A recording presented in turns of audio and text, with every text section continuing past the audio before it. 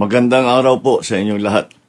Ngayong araw, ipagpagpatuloy ko po ang mga report sa taong bayan tungkol sa mga natuklasan ng iba't ibang ahensya ng pamahalaan tungkol sa mga flood control project na nakita natin na ghost project o hindi maganda ang pagkagawa.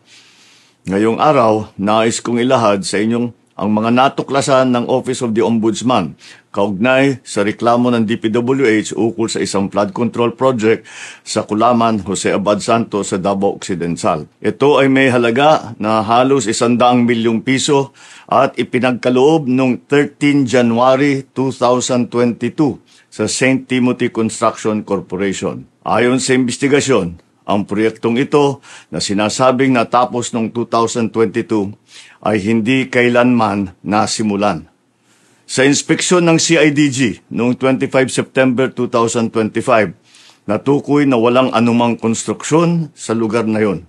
Kinumpirma ng mga indigenous peoples at barangay officials sa kanilang joint affidavit na walang naganap na implementasyon ng proyekto. Natuklasan ng Ombudsman yung mga isinumiting final billing, certificate of completion at inspection reports ay palsipikado o hindi tumutugma sa aktwal na kalagayan ng proyekto. Maging mga video at larawan na hinarap ng respondent ay walang timestamp at hindi mabalidate na tumutukoy sa proyektong ito. May mga private at public na individual na pinangalanan sa reklamo na kinabibilangan ng sa St. Timothy, si Cesara Rowena C. Discaya at Maria Roma Angeline D. Rimando.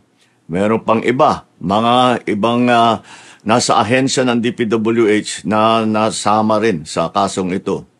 Dahil ayon sa Ombudsman, ang mga respondent ay naglabas at nag-aproba ng mga dokumentong ginagamit para sa pag-request at pag-release ng buong halaga na halos 100 million pesos, kahit na walang natapos o nasimulang proyekto. Ayon sa kanilang finding, ang mga respondent na ito ay kumilos ng may manifest partiality, bad faith o gross negligence. Nagdulot sila ng undue injury sa gobyerno at nagbigay ng unwarranted benefit sa kontraktor. At may pakikialam ang ilang private respondents sa nangyaring sabwatan. Nagrekomenda ng Ombudsman na magsampa ng kaso para sa malversation through falsification at paglabag ng RA 3019 Section 3E. Ang malversation ay non-bailable.